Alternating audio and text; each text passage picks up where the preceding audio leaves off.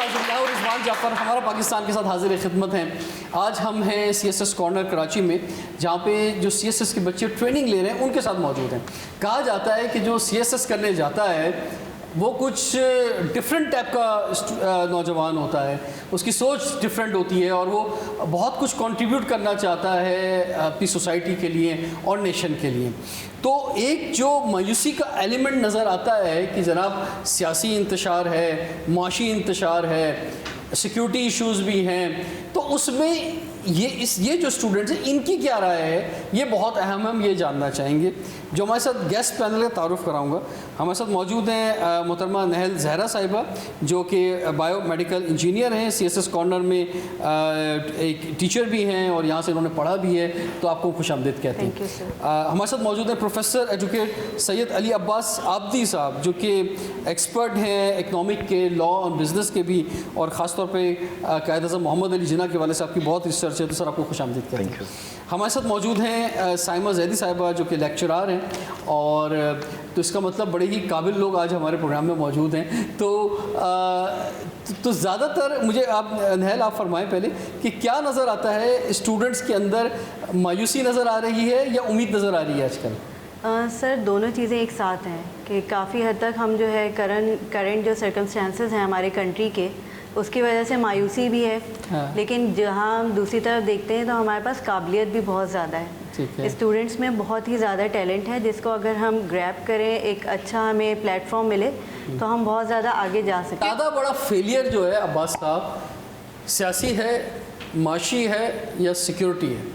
سر یہ تینوں الگ الگ کارنرز ہیں. ہم نے جہاں تک سیاسی ہے تو ہم دیکھ رہے ہیں سیاستدانوں میں نہیں, آپ ریٹنگ مجھے بتائیں نا, نمبر 1, نمبر 2, نمبر 3 کیا کریں گے؟ سر میں سمجھتا ہوں کہ نمبر 1 پہ سیاستدان ہیں, کیونکہ ان کی لیڈرشپ میں بہت ساری کمی ہے. کیونکہ اگر وہاں سیاسی انتشار نہ ہو تو اکنامک خود بخود آگے بڑھ جائے گی اور سیکیورٹی کے ایشوز بھی حل ہو جائیں گے. آپ کیا سمجھتی ہیں کہ زیادہ بڑا کیا مسئلہ ہے؟ سر میں بالکل جو ہے سر علی عباس کی رائے سے ایگری کروں گی کہ پہلی جو ہمارے پاس شارٹ کمنگ ہے وہ ہمارے پولیٹیشینس کی طرف سے. اگر ہم ایک اسٹرانگ سسٹم بنائیں گے اور ایجوکیشن پالیسیز ہمارے پاس اچھی ہوں گی تو ہی ہم جو ہے اپنے آنے والی جنریشن کو اچھا. سیاستدانوں کو کس نے روکا ہے بھائی؟ آپ کی حکومت جب بن جاتی ہے, آپ ایک اس سے پہلے ہوم ورک کرتے ہیں, اپنا ایک جو ہے وہ منشور پیش کرتے ہیں جلسوں کے اندر, تو آپ کی کیا کوئی تیاری نہیں ہوتی سیاسی جماعتوں کی کہ وہ کریں, اس کو ڈیلیور کریں؟ کرنٹلی جو لگتا ہے جس ٹائپ کے پولیٹیشینز اور جس طرح کا ہمارے پاس ان سرکل ان کا ہے,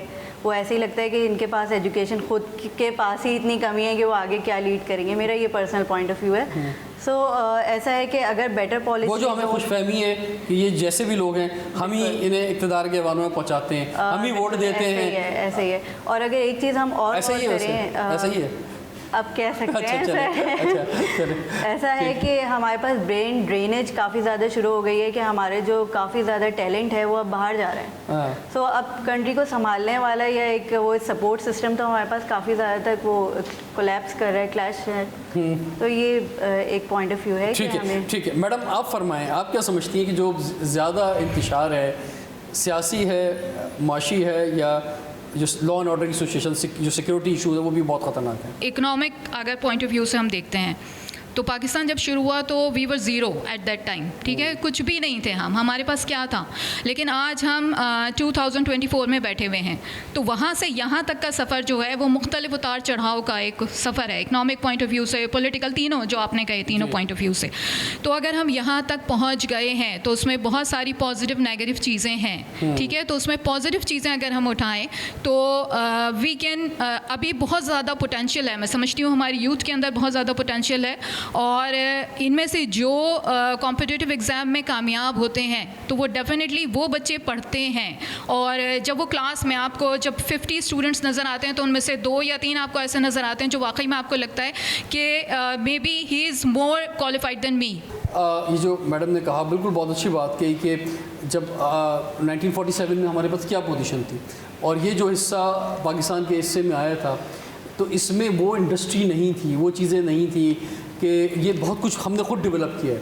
کراچی جو کہ معاشی ہب ہے, یہ شہر یہاں کے لوگوں نے اس کے بعد 1947 کے بعد بنایا ہے, ہم نے خود اس کو ڈیولپ کیا ہے.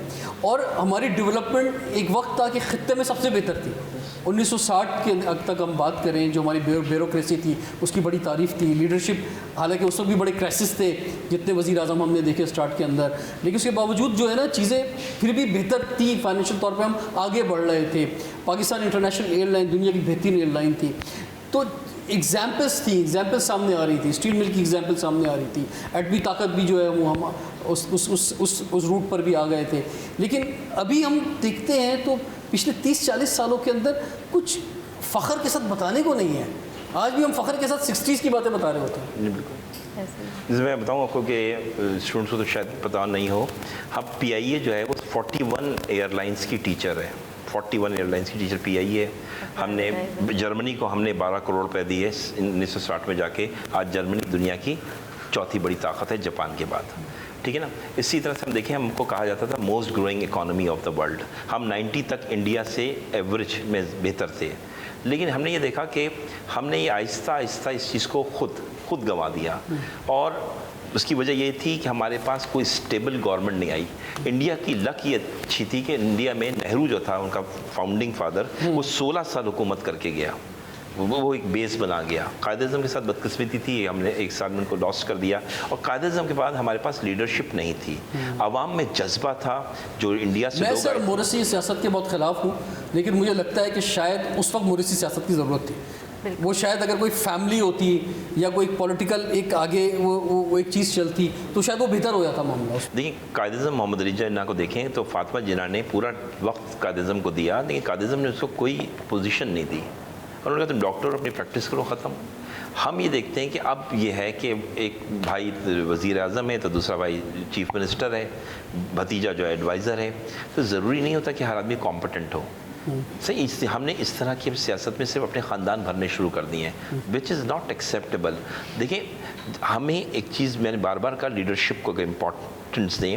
رچرڈ نکسن جس نے سب سے زیادہ ووٹ لیے ہیں امریکہ کی تاریخ میں, اور جو آئل جو ہے نا, جتنا آئل مڈل ایسٹ کا کیپچر ہوا ہے وہ رچرڈ نکسن کے زمانے میں ہوا ہے. بڑا پاورفل لیڈر تھا, لیکن اس نے ایک جھوٹی قسم کھا لی تھی. اس کی بیسس پہ اس کو ریزائن دینا پڑا کہ امریکن گورنمنٹ نے کہا کہ آپ ریزائن کرو کہ آپ نے جھوٹی قسم کھائی کیسے. بل کلنٹن نے جو جرم کیا تھا, سر آپ کو پتہ ہے کہ وہ کوئی ایسا جرم نہیں تھا, پر کوئی کرتا ہے امریکہ میں, لیکن بل کلنٹن کی امپیچمنٹ ہوئی, سینٹ میں جا کے اس نے معافی مانگی, اس کی بچت ہو گئی. تو دیکھیں قوموں کے لیے ایک لیڈرشپ بہت امپورٹنٹ ہوتی ہے. ہماری لیڈرشپ اس چکر میں پڑی ہوتی ہے, میری سمجھ میں نہیں آتا. جب ہمیں اوورسیز آپ کو پتہ ہے ملتا ہوں بہت, تو وہاں سے overseas Pakistanis are willing to support Pakistan. آپ کو پتہ ہے اوورسیز پاکستانی کتنے ہیں دنیا میں؟ 1 کروڑ 20 لاکھ. ان کی جی ڈی پی پتہ ہے آپ کی جی ڈی پی سے بڑی ہے. آپ کی جی ڈی پی ہے $400 بلین بھی نہیں ہے.